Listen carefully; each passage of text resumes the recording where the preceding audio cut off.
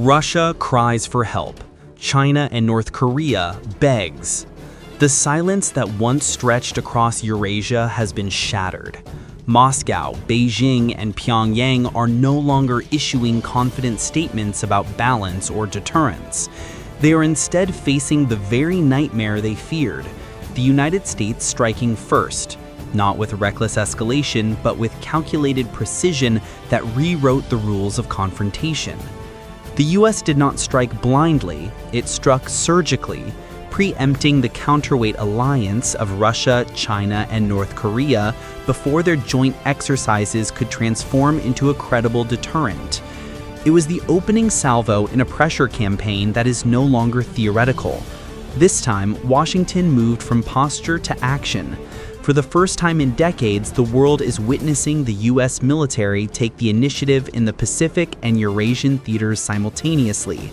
And the result is unmistakable. Russia is crying for help, China is struggling to contain the damage, and North Korea is begging for diplomatic relief.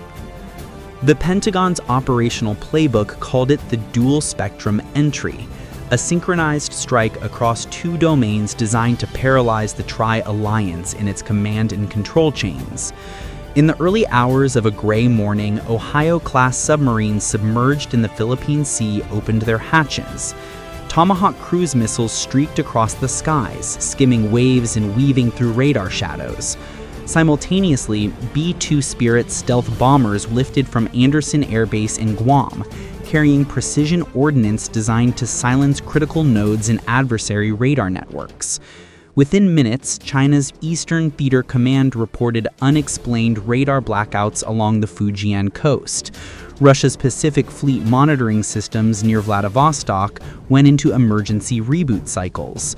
North Korea's missile tracking posts flickered with false alarms, unable to determine whether incoming signals were drills or actual strikes. The confusion was intentional. The US did not bomb cities. It did not flatten air bases. Instead, it struck what military analysts call the nerves. These were sensor relays, data exchange nodes, satellite uplink stations, and command fiber optics buried beneath reinforced bunkers. The precision of the strike was such that not a single civilian casualty was reported, yet the ripple effect was devastating. China's early warning network blinked out, leaving entire coastal sectors blind to air or sea movements. Russia's Bastion P coastal defense missiles along the Kuril chain were forced into manual override, consuming vital minutes in launch readiness. North Korea's Hwasong missile tests, timed to coincide with the trilateral exercise, failed before launch because the encrypted timing signals were jammed. This was not war in the traditional sense. It was dominance in the digital kinetic hybrid spectrum, where a missile that never explodes in a city can still collapse an entire military doctrine. Beijing's response was immediate but uncoordinated. The Central Military Commission scrambled both the Fujian and Shandong carriers toward the Taiwan Strait in an attempt to show strength. But satellite images released within hours revealed that neither carrier was combat ready. Maintenance crews were seen on deck, aircraft elevators malfunctioned. The rush to deploy them created what the Pentagon had predicted, a consumption spiral. Russia attempted to send reinforcements from the Pacific Fleet, ordering Staragushi-class corvettes to leave Vladivostok. But US Navy P-8A Poseidon aircraft were already in the skies, mapping every movement with magnetic anomaly detectors. Before the ships could even reach open waters, Japanese Aegis destroyers tracked them, feeding telemetry directly into the US Indo-Pacific Command. Pyongyang, desperate to show relevance, fired 3 short-range ballistic missiles into the Sea of Japan. All 3 were intercepted in real time by the overlapping shield of Aegis-equipped destroyers. The visual of North Korea's launches turning into harmless streaks in the night sky became symbolic. America had not only struck first, but had also denied any possibility of retaliation. This opening strike revealed what Washington had been preparing for years. The 3-layered architecture of encirclement was not static, it was dynamic, capable of shifting from pressure to offensive dominance in seconds. Typhon land-based launchers stationed at Robertson Barracks in Australia entered active mode, their dual SM-6 and Tomahawk payloads now fully integrated into a federated Allied fireweb.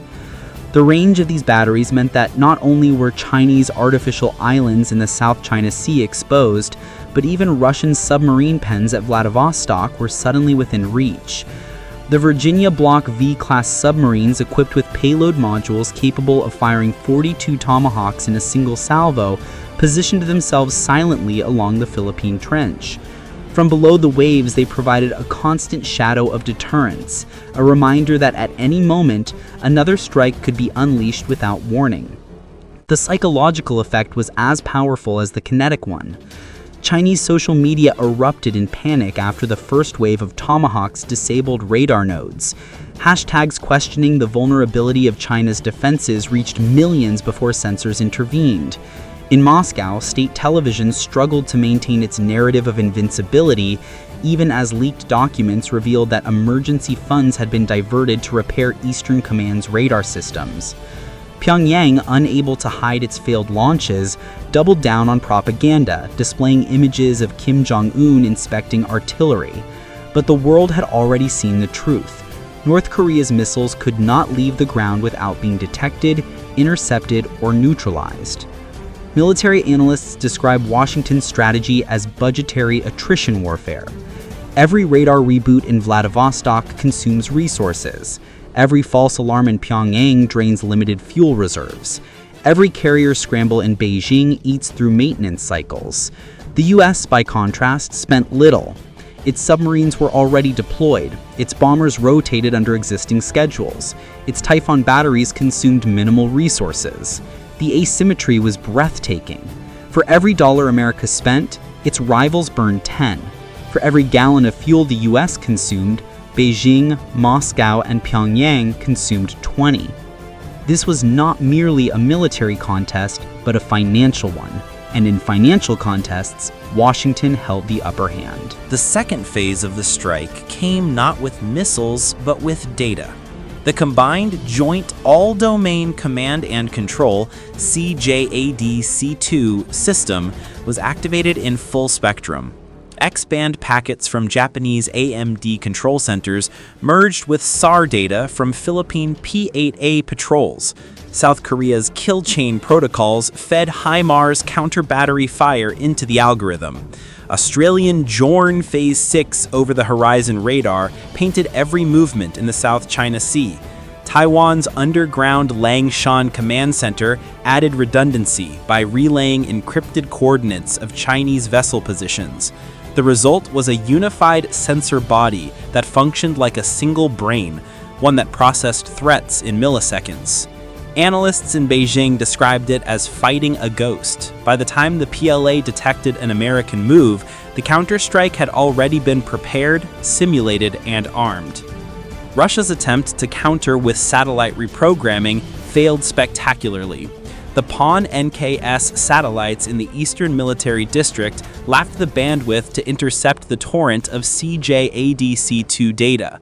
Forced to upload unscheduled code patches, the Russian network ran in low-resolution mode for nearly 2 weeks.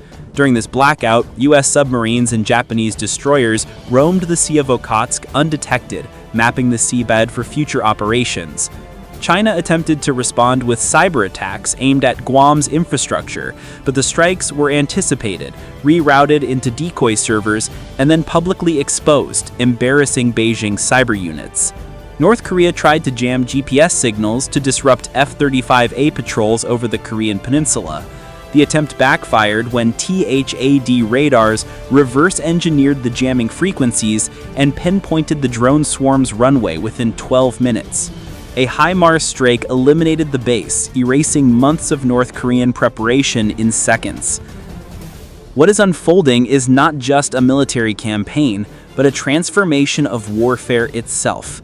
The US has demonstrated that dominance no longer requires flattening cities or engaging in prolonged battles. By striking first at the decision-making nerves of the enemy, it collapses doctrines before they can be executed.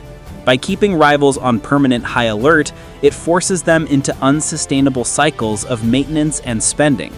By integrating allies into a single kill web, it ensures that no move goes unseen, no missile goes untracked, and no fleet sails unnoticed. The Pacific, once thought of as contested, is now a theater where Washington dictates tempo, scale, and perception. And yet, this is only the opening phase. Defense experts warn that the US has not even unleashed its full arsenal. The B-21 Raider, still in development, promises to add a fourth-generation stealth strike capability that will push the balance further. Hypersonic glide vehicles are being quietly tested, designed to cut response times from minutes to seconds. The integration of AI-driven decision-making within CJADC-2 is accelerating, allowing the US to act faster than any human command chain. For Russia, China, and North Korea, the reality is harsh. Their combined arsenal may look formidable on paper, but in practice it is being outpaced, outspent, and outmaneuvered by a networked US alliance. The cries for help are not only rhetorical. Russian officials have reportedly reached out to Iran for emergency drone support to bolster surveillance in the Far East. China has quietly requested additional energy shipments from Central Asia to cover the fuel drain of continuous carrier operations. North Korea is seeking diplomatic mediation through unofficial back channels, hoping to relieve pressure before its limited reserves collapse entirely. But the United States shows no signs of slowing down. Every day that passes without direct conflict is another day that the budgets of Beijing, Moscow, and Pyongyang bleed silently. Every radar that overheats, every missile stockpile that ages unused, every pilot that burns flight hours in a futile patrol is another victory for Washington's encirclement strategy. The cycle of attrition intensified as weeks passed. Each day, Washington shifted assets slightly, never enough to provoke escalation, but always enough to keep adversaries guessing. A Typhon battery that fired no missile still forced China to reposition an entire brigade. A single sortie of F-35s across the first island chain triggered dozens of scrambling interceptors, their afterburners consuming tons of fuel. Submarines remained untraceable, yet their presence forced both Russia and China to keep anti-submarine aircraft airborne around the clock, engines grinding down, crews exhausted, sensors degrading from overuse. North Korea, desperate to prove relevance, attempted another series of missile launches, but 3 of the 4 failed during boost phase, intercepted by US Aegis destroyers before the missiles had even cleared the atmosphere. The failures were broadcast globally, another humiliation added to North Korea's mounting list. Inside China's Central Military Commission, debates turned acrimonious. Some generals urged restraint, fearing that continued high-tempo operations would exhaust readiness before any real conflict. Others demanded escalation, proposing limited strikes on Allied bases in the Pacific to restore credibility. But each option carried lethal risks. Striking first invited overwhelming retaliation, while remaining passive drained budgets at unsustainable speed. Already, Beijing's foreign currency reserves were being quietly tapped to pay for extended naval deployments. Satellite imagery revealed warships idling at sea not for combat, but because it was cheaper to keep them moving than to risk being targeted in port. Russia faced a parallel dilemma. Its Pacific fleet, neglected for decades, was being asked to project power against the most advanced navy in the world. Maintenance crews worked double shifts to keep Cold War-era ships afloat, while Moscow diverted funds from domestic programs to sustain a fleet incapable of even matching Japan's maritime patrol coverage. North Korea, lacking both funds and technology, sank deeper into dependency, begging Beijing for spare fuel and artillery shells. The technological imbalance became increasingly apparent. Project Constellation, a web of hundreds of low Earth orbit satellites, fed data directly into the US-led Allied CJADC-2 network. Each satellite provided real-time tracking of surface and subsurface vessels, missile tests, and radar emissions. Every attempt by China to jam the signals was countered almost instantly by adaptive frequency algorithms. Russia, struggling with outdated GLONASS infrastructure, could only watch its communications jammed and rerouted. North Korea's limited satellite assets proved ineffective, leaving its military blind to the movements of Allied forces. The combination of satellites, stealth aircraft, and undersea assets created a networked grid that continuously monitored, assessed, and prepared preemptive responses. Psychological fatigue spread rapidly among the Tri-Alliance. In China, coastal provinces reported surges in fuel consumption as carriers and fleets burned reserves to maintain operational readiness. Citizens noted strange logistical patterns, hinting that the Navy Air Force were under unusual strain. In Russia, naval personnel on the Pacific Fleet complained of extended patrols with no concrete mission objectives, draining both morale and resources.